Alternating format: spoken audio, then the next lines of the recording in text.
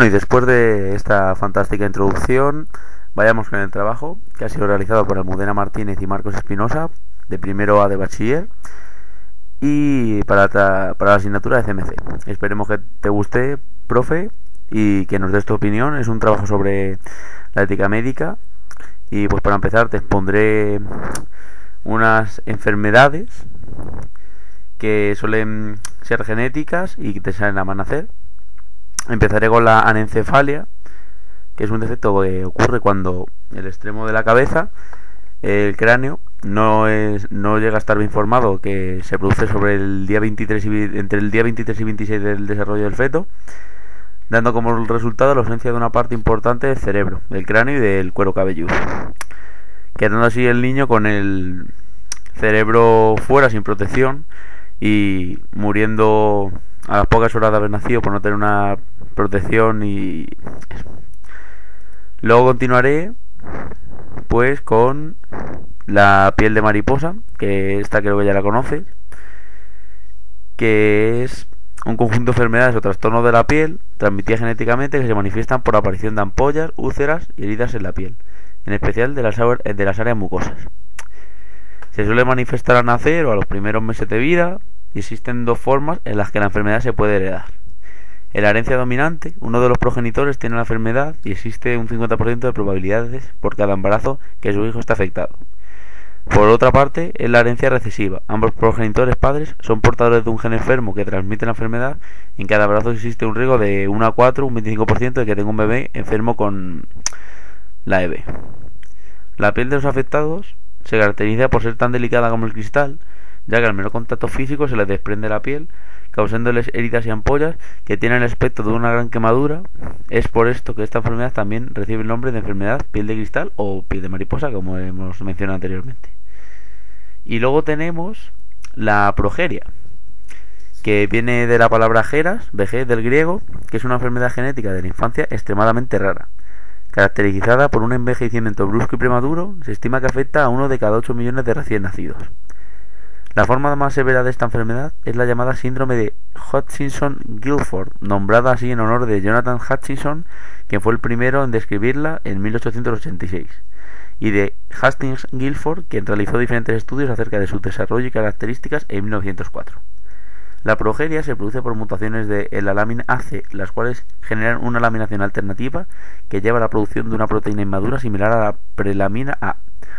Las células presentan un núcleo con alteraciones estructurales, así como defectos en la organización de la heterocromatina moleculares. Presentan un defecto en el mecanismo de reaparición del ADN como consecuencia de la rotura de la hélice doble. Aunque recientemente se han descubierto específicamente el gen causante de la progeria, aún no hay cura.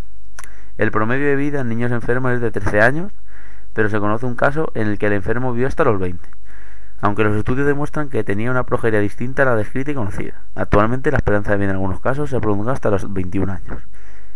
Las características de esta enfermedad es baja estatura, piel seca y arrugada, calvicie prematura, canas en la infancia, ojos prominentes, cráneo de gran tamaño, venas craneales sobresalientes, ausencia de cejas y pestañas, nariz grande y con forma de pico, mentón retraído, problemas cardíacos, pecho angosto con costillas marcadas, extremidades finas y esqueléticas, estrechamiento de las arterias coronarias, articulaciones grandes y rígidas, manchas en la piel y una muerte natural hacia los 13 años, puesto que envejece mucho más rápido.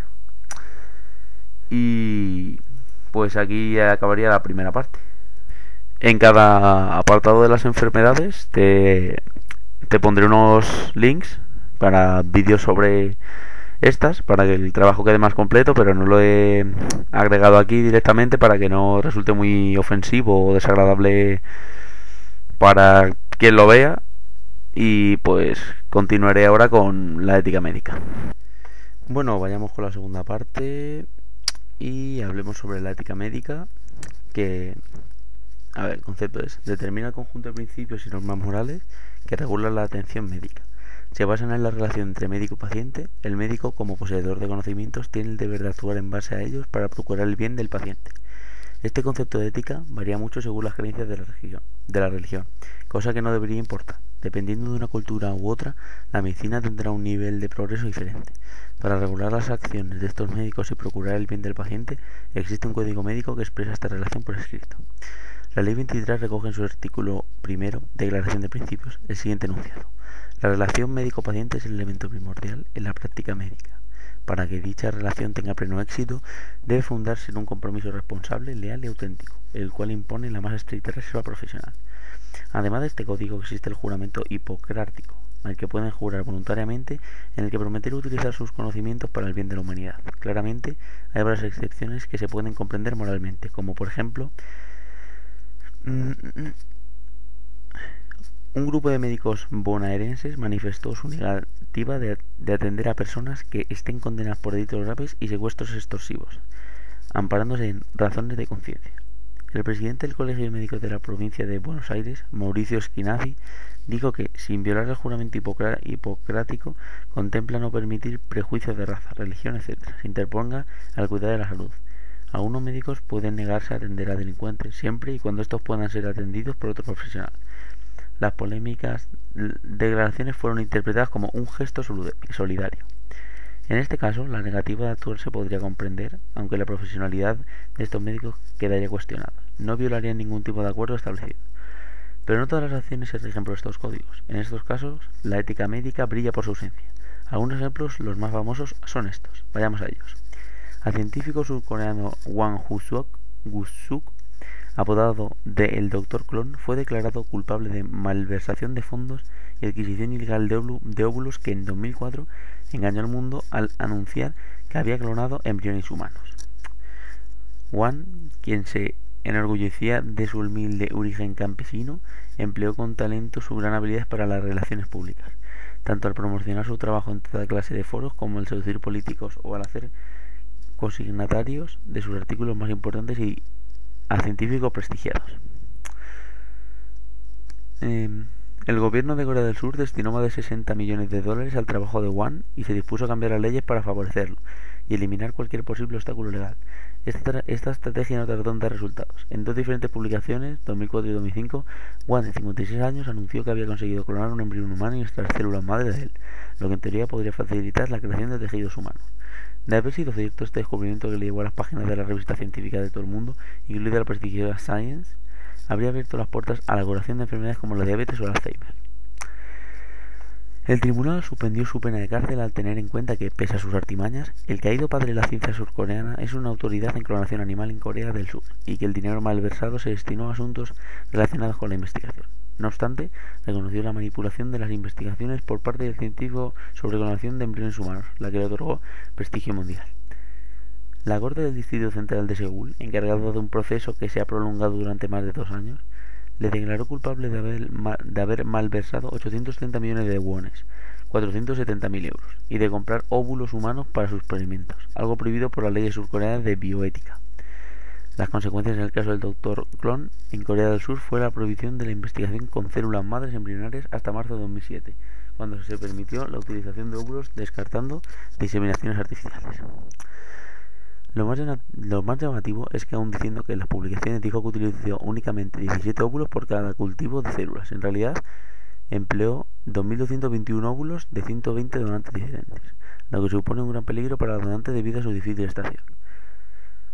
Su tragedia fue haber consagrado su trabajo a un ideal nacionalista, al sueño de convertir a su patria en una potencia biotecnológica. Hwang se aprovechó de la credulidad del gobierno y, a su vez, él fue utilizado por un gobierno ambicioso que pensó que podía aplicar a la biotecnología el mismo modelo de desarrollo usado en la industria. Otro ejemplo caracterizado por la falta de ética médica son las estafas de las gripes, como por ejemplo una gripe muy reciente, la gripe A. La Organización Mundial de la Salud niega que los intereses comerciales hayan influido en las medidas contra la gripe A. La decisión de elevar el nivel de alerta pandémica a la fase más alta estaba basada en criterios virológicos y epidemiológicos claramente definidos, afirmó la responsable del Organismo Sanitario Mundial, dicho por Margaret Chan. Esta respuesta se correspondía contra la acusación de un artículo publicado por la revista científica British Medical Journal, que presenta varios hechos que ponen en duda la imparcialidad de las decisiones de la OMS con respecto a la pandemia de gripe A, permitiendo que las farmacéuticas obtuvieran notables beneficios económicos. Según el British Medical Journal, algunos expertos que participaron en la redacción de las directivas de la OMS ante una gripe pandémica habían recibido remuneraciones de la industria farmacéutica. A las críticas contra la OMS se ha sumado la Comisión de Salud del Parlamento del Consejo de Europa, que acusa a la institución de haber sobrevalorado la gravedad de la gripe y le critica principalmente la rapidez con la que se declaró la pandemia. Y por último, y en mi opinión el más importante, el SIDA, la historia de cómo se originó. El SIDA se convirtió en la gran pandemia del siglo XX. Desde el principio de la epidemia se estima que 3,8 millones de menores de 15 años de edad se han infectado por el VIH y que 2,7 millones han fallecido.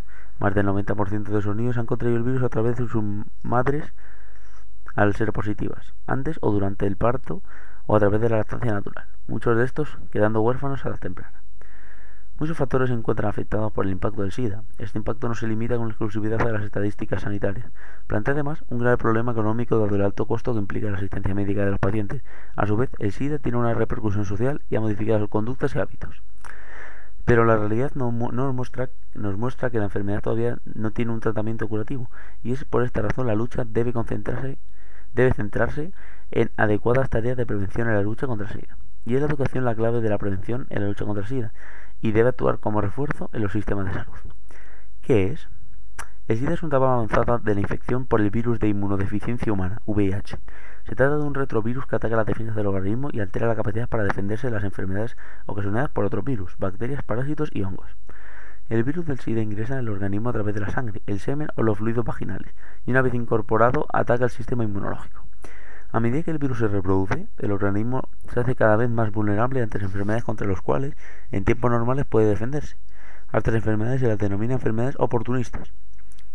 La caída de las defensas no es masiva y uniforme, sino que permite con mayor probabilidad la aparición de ciertas enfermedades, infecciones y distintos tipos de cáncer.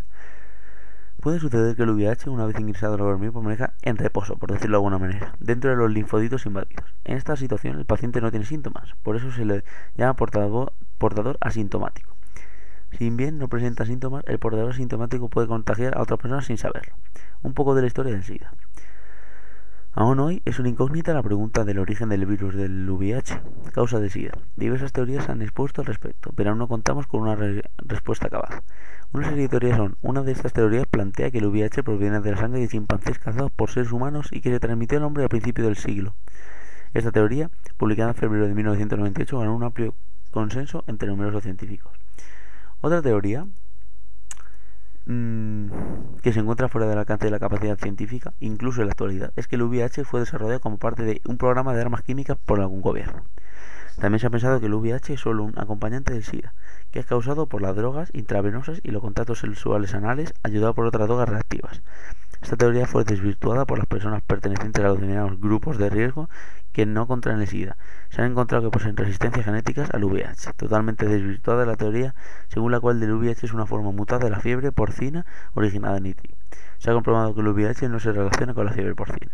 La pregunta no tiene aún su respuesta, pero nuevas teorías surgen, y hoy la pregunta es si la epidemia de SIDA pudo ser activada por investigadores de la poliomielitis en las colonias belgas en África. ¿Se transmitió el SIDA de monos a seres humanos a través de una vacuna contaminada contra la poliomielitis? Y aquí pondremos el vídeo, te pondré el enlace para el vídeo, que es bastante importante que lo veas, y aquí pues un resumen. Vacunas antipolio y el origen del SIDA. Me parece de suma importancia que de este vídeo saquemos nuestras propias conclusiones. En este vídeo se exponen una serie de teorías sobre el origen del SIDA. Se habla de muchos de ellos. Pues se centra sobre todo en la teoría de la vacuna antipolio por vía aérea, elaborada por Koprowski, en la que experimentan con tejidos animales de diferentes marsupiales, puesto que no hay documentos que sean explícitos. Utilizan el cargo durante 1956 y 1960. La teoría explica con una sucesión de fundamentos que el virus del SIDA VIH se produce del propio virus, del virus VIS, de los simios, con el que ellos están inmunizados. Con las vacunas de Koprowski, él utiliza tejidos de chimpancé ese se transmite a los humanos por la vacuna. Se corrobora con los huecos y las faltas de documentos de los experimentos de Koprowski, y con el virus del VIS y VIH son muy parecidos. Pero para los que están más interesados en el vídeo, que lo vean, puesto que expone una serie de ejemplos e historias cruzados muy interesantes. Lo que yo saqué en claro del vídeo es la falta de escrúpulos. Primero, de Koprowski, por lo que comprobar las vacunas, siendo por el hecho de el primero en encontrarla. Ahí se demuestra la falta de ética médica que por los cánones de la sociedad se hace latente en la competitividad y en el hueco de tener un ganador. Segundo, la falta de ética médica que demuestra las multinacionales en este caso. La revista Science tardó en publicar un artículo en que cuestionaran uno de los intereses secundarios, y en vez de mirar los objetivos de esto, podría ser probable o podría tener ingresos en la comunidad científica. Esta es la manipulación. Tercero, el saboteo mundial a aquellas teorías médicas que, como donarían al poderoso que tiene el poder, se sabotean de cualquier manera, sin ningún escrúpulo médico o simplemente moral, por el interés propio, cosa que infringe una de las bases de la ética médica. Ese médico siempre siempre tiene que hacer lo mejor para el paciente, en este caso la humanidad. El fraude del SIDA no es importante en sí, puesto que el daño está hecho ya. Es cierto que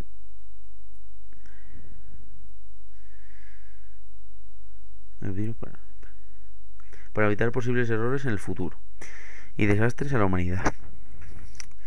Y bueno, pues aquí termina el trabajo y esperemos que te guste, Pablo. Un saludo de Marcos Almudena.